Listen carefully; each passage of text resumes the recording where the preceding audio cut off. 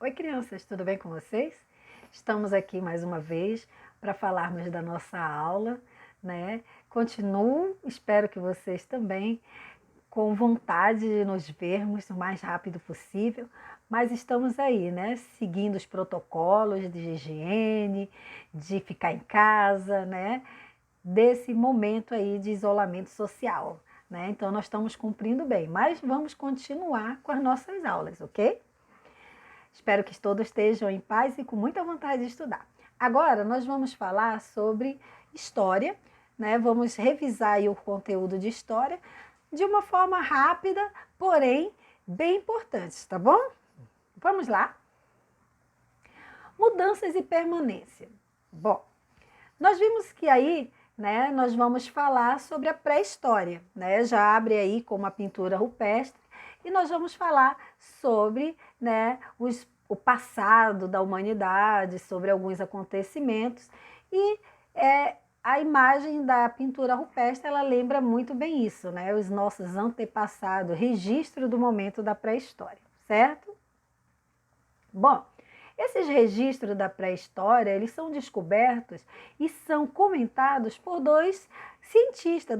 Praticamente são eles os mais envolvidos nesse ramo da história, que são os historiadores e os arqueólogos. Bom, o que é o trabalho do historiador, né?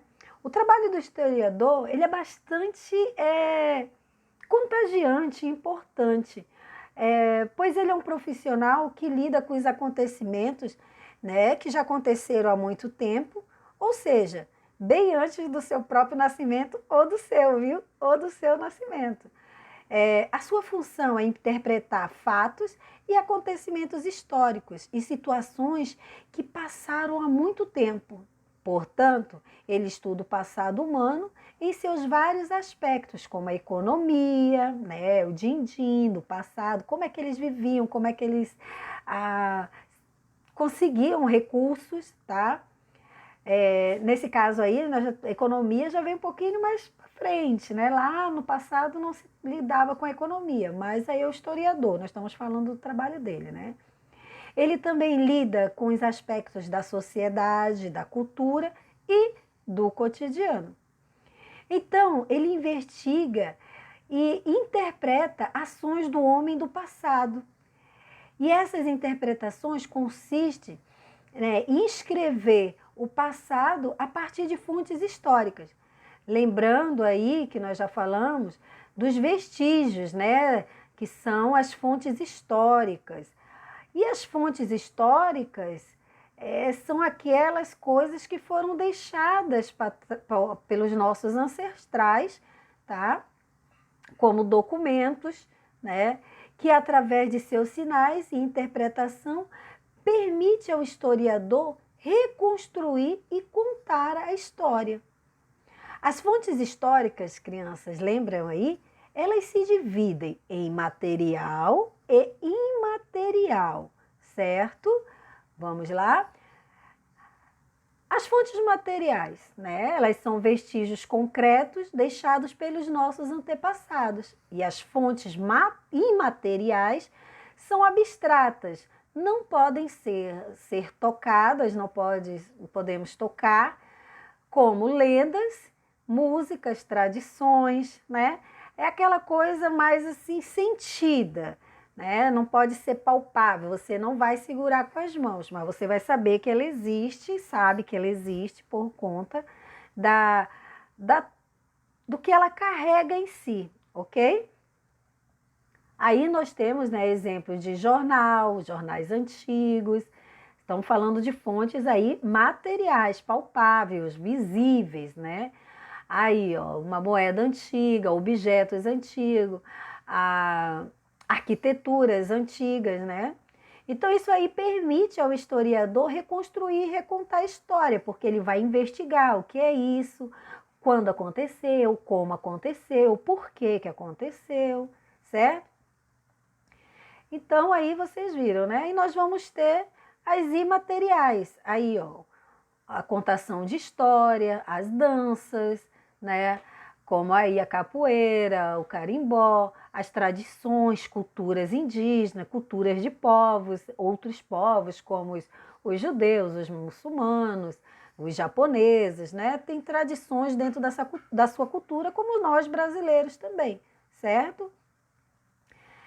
Bom, aí, né, nós vamos ter essas histórias, essa leitura do passado feita por dois trabalhadores, dois cientistas, né, que são os arqueólogos e os historiadores. Bom, e qual a diferença entre o historiador e o arqueólogo?